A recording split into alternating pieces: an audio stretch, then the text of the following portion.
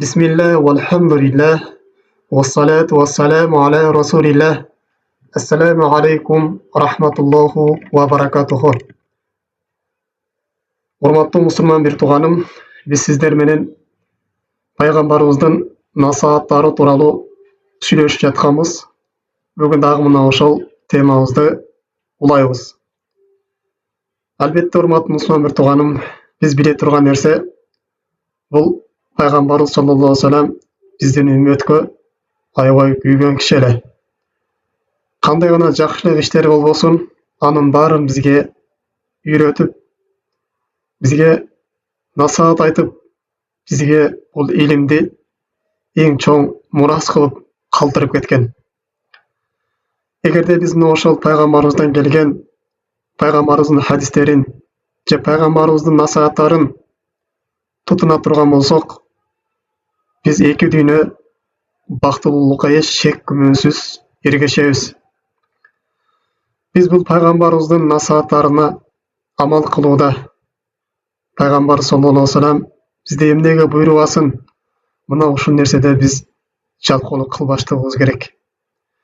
Мына бул нерседе биз алсыз болбошубуз керек. Биз колубуздан келишинче пайгамбарыбыздын буйруктарына моюн сунуп, ага итаат кылып, аткарганы аракет кылып тырышыбыз керек болуп саналат. Албетте пайгамбар саллаллаху алейхи вассалам бизди бул дүйнө жана акыретте бактылуулукка жетелеш үчүн, бизди караңгылыктан нурга алып чыгыш үчүн келген эң акыркы пайгамбар болуп эсептелинет. Аллах Таала Кур'ан-ы Каримде пайгамбар саллаллаху алейхи вассаламды Кур'анда көптөгөн жерлерде пайгамбарыбызды мактап, сыпаттап өткөн. Кээ бир аяттарда Аллах Таала пайгамбар бул нур болуп келди турган болсо, кээ бир аяттарда бул пайгамбарды силерге жакшы үлгүлөр бар, андан үлгү алгыла деп айткан. Ал эми кээ бир аяттарда Аллах Таала бул пайгамбарыбызды мактап, пайгамбар эң жогорку кулк мүнөз ээси деп мактап өткөн.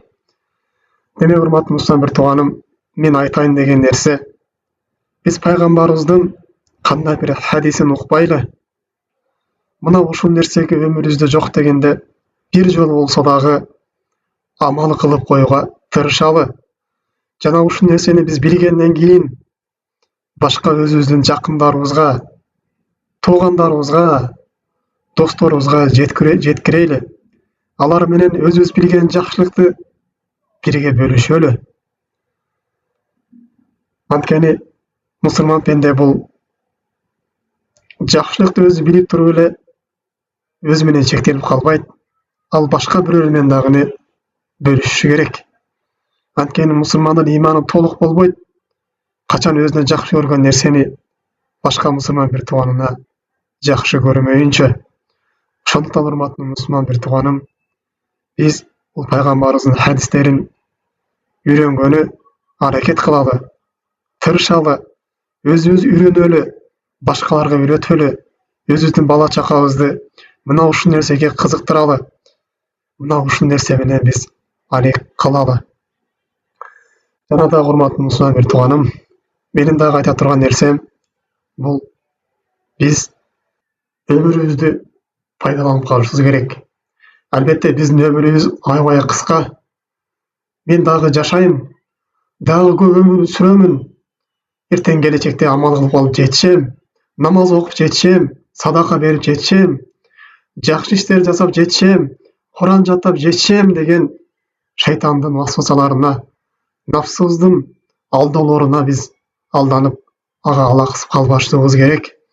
Биз бүгүндөн баштап Аллах Таалага тооба кылып, намаздарыбызга бекем болуп, дагы кандай пайгамбар саллаллаху алейхи вассалам бизге жакшылыктын ишин көргөздү экен, кандай дагы бизди жакшы багытка баштады экен деп биз ошол нерсени изденип, ага аракет кылышыбыз зарыл болуп эсептелинет. Анткени биз Аллах Таала Кур'ан Каримде айткандай, "Kullu nafsin za'iqatul maut", ар бир нафс бул өлүм дамын тартуучу дейт. Баарыбыздын башыбызга мына ушул өлүм келе электен алдын жакшылап ойлонуп, Аллах Тааладан суранып, Biz Аллах Тааланын ибадатына кайтышыбыз керек. Аллах Таала бизден талап кылгандай тооба кылышыбыз керек. Биздин тообубуз шариатка төп келиши керек. Аллах Таала бизди кайтарган күнөөлөрдөн тыйылып, Аллах Тааланын ибадатына, Аллах Таалага намаз окумалыкка, Аллах Таала адал деген жолдо жүргөнлүккө, Аллах Таала арам деген иштерден биз тыйылышыбыз керек. Мына ушунда биз Аллах Таалага чыныгы тооба менен тооба кылган болуп эсептелинебиз. Дагы деле урматтуу мусулман бир тууганым, дагы айта турган нерсе бул биз ибадатыбызга бекем болушубуз керек. Бир күн ибадат кылып, бир күн таштап, ибадатка алсыз болуп, кайра Аллах Таала бизди ушул хидаят жолду бизге неамат кылып бергенден кийин кайра дагы артка чегинип кетип калбашыбыз керек.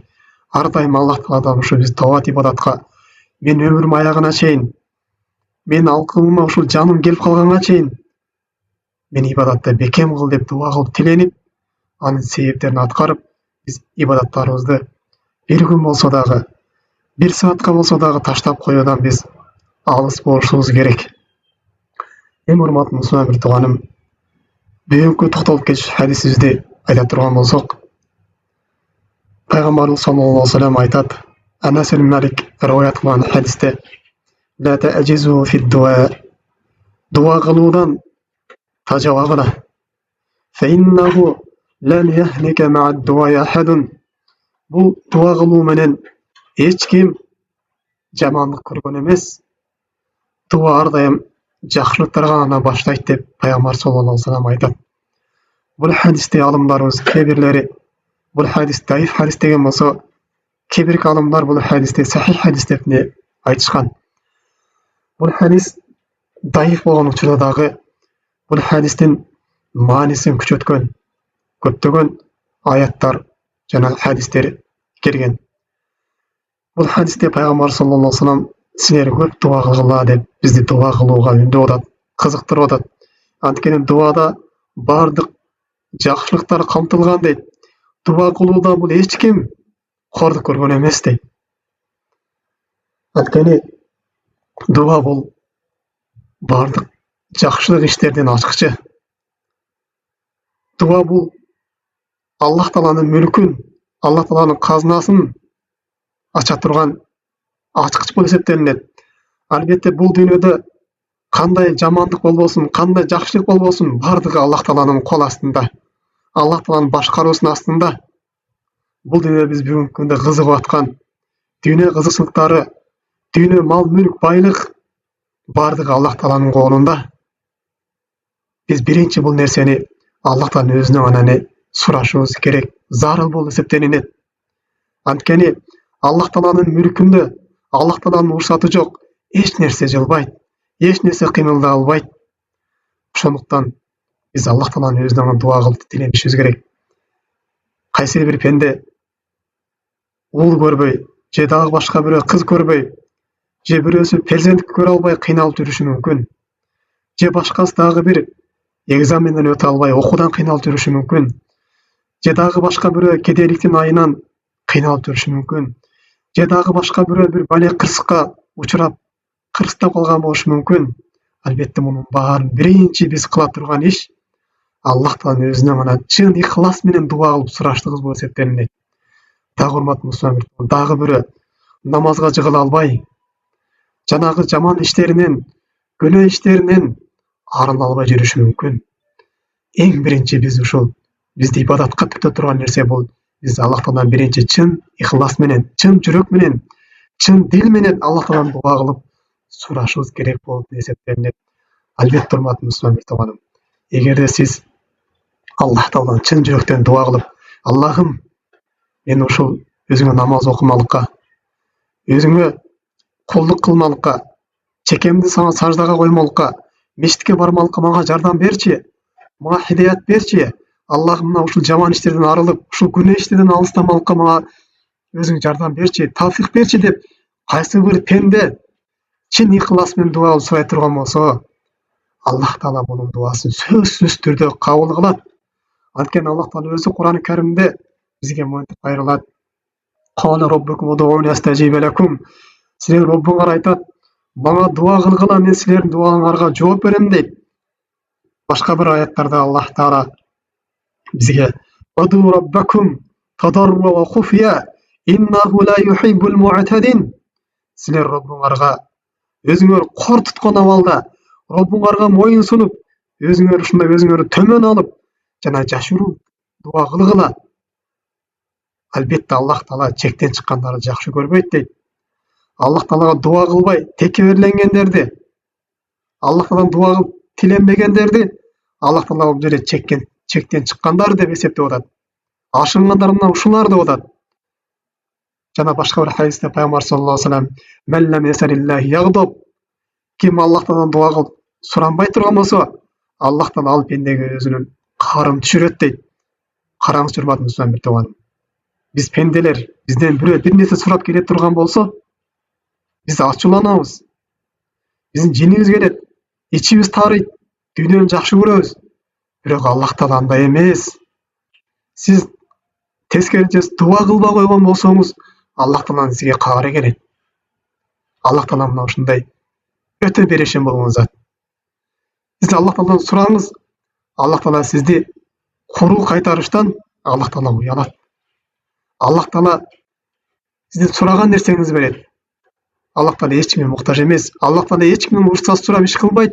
Allah Taala uşunday özü gani, azim, kebir, aziz bolgan zat bol eseplenip turbat musulman bir toganym.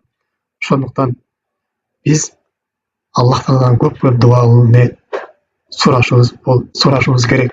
Jana oşunday da hormatly musulman bir toganym. Bu duanın faziletlerinden Allah Taala Kur'an-ı Kerim'de aytat. "Kul ma ya'bu bikum rabbi laula duaukum." Aytkynyň, silerden Allah Taala aslında hiç kimgerden kadir barkyňary jok. Hiç kimin Allah Taala aslında hiç kanday bir bağlulukka, bir abroyga eye bola albaysyňar deyt.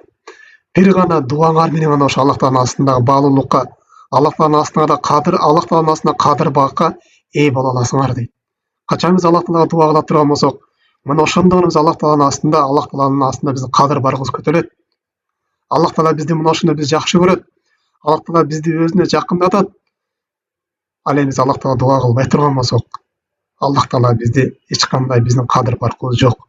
Meyli al bende bul dünýede kançalyk kıyın bolsun, ellerinin aslında şunçalyk abroylu kişi bolsun, akçalı, bay, ya da başka jaklarından kıyın kişi bolsun, elleri tanıgan, elleri anın atyn ukkanda o dep korkup tura turgan, maktap tura turgan adamlar bolsun.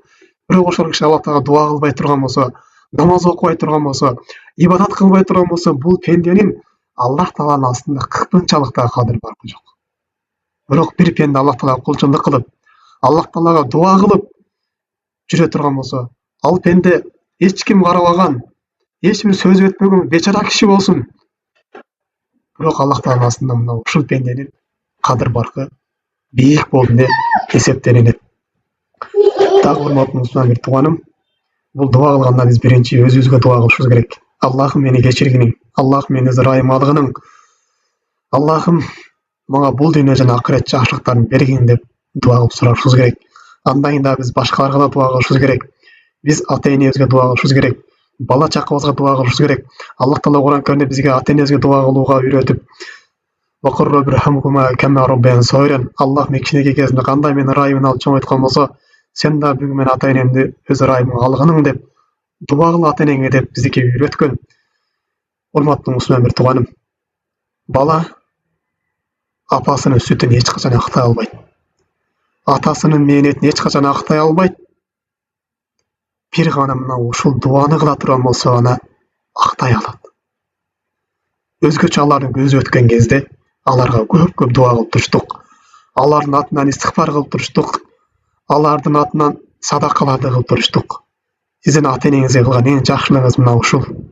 Owa, dünya işlerinde jardam beriş gerek. Birok dünya işlerinden dagy jogorrak nerse bul alarga dua kılış. Allah Taaladan hidayet surap dua kılışdyk. Allah Taala alaryň awalyny ondamalykka, alaryň imanyny bekem kılmalykka Allah'tan dua kılıp direnişdik. Bu sizin ata-eneňizin eň çoň akysy bolup eseplenýär. Kimde kim mına uşul ata-enesine dua kılbay turgan bolsa, meyli gözü tiri bolsun, gözü ötken bolsun, dua kılbay turgan bolsa ata-enesine apasının sütünü hiç kaçan aktımaptır. Andayında biz ummat Müslüman bir tuğanım, biz bala çakabızga dua kılış gerek. Ata-enenin balasına kılgan duası mustajab. Kaytara alбай atkан duaların katarında. Сөзсүз Allah Taala kabul kılat. Şoň üçin biz balabızga dua kılgan кезде ardayım jakşylyklardan dua kılıp direnip жүрüş gerek. Alarda kargışta urşap turgan bolsak Allah Taala biziň duabymyzy kabul kılıp koya beret. Eger urşap turgan bolsak da biz alar jakşı nerseni urşubuz gerek. Ey jakşı bolgur, ey bay bolgur, ey eliniň hyzmatyna jarap kalgyr, ey kary bolgur, ey aldym bolgur dep şunday jakşı sözler bilen urşap turgan bolsak dagы Allah Taala biziň dualarymyzy kabul kılat. Andayında hormatly musulman bir tuganım, biz jalpılay başka musulmanlarga dagы dua kılıp düşürüş gerek. Ayman salam aytkanday, kayсы bir musulman ekinçi musulman gözü jok кезде aga dua kıla turgan bolsa, anın janynda perişteler saňa dagы mına uşun nerse bolsun dep dua kılıp duruşat deyt.